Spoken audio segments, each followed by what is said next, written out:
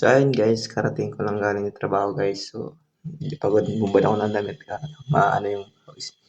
So, for today's video guys is inano ko yung alkansya kung pero isang buwan. Ha?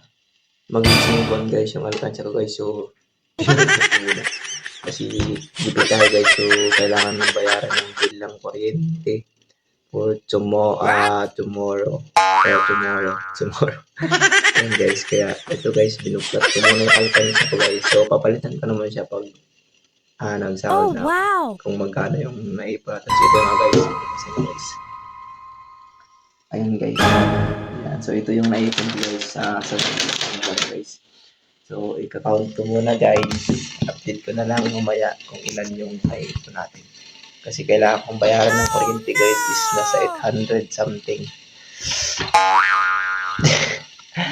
So, ayun na guys. So, update ko lang muna guys. Ika-count ko muna.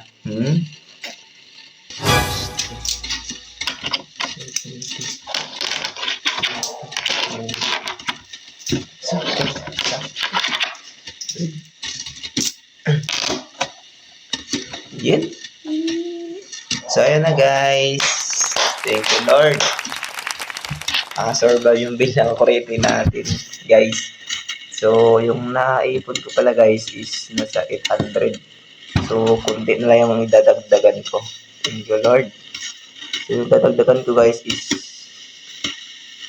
kunti na lang. So, ayun, idagdagan ko kunti 100. Ano na total? 100, 200, 300, 400, 600, 700, 800. Naka-800 pesos tayo guys. So, yung dadagdagan ko guys is nasa 70 plus. Guys. So, ayun, thank you Lord. Thank you Lord ng marami. Ayan. Tama nga sinasabi nila guys, pag mayroon kang nasisave na konti, ever na kailangan mo pang emergency guys, so mayroon tayong matugot. So, 800 na to guys, pag nagsahod tayo guys, is papapalitan natin siya. So, papalitan natin, gagawin natin siyang 1,000 para at least may 200 tayong tuba kayo, di ba? So, ayun guys, kasi nga guys, gipit talaga ako ngayon guys, kasi nga daming bayarin, daming asusin. So, lapit na naman yung graduation guys.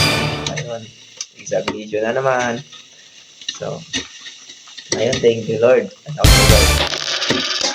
So guys, yun naman ang wallet guys. 300. So, ito na yung allowance ko guys.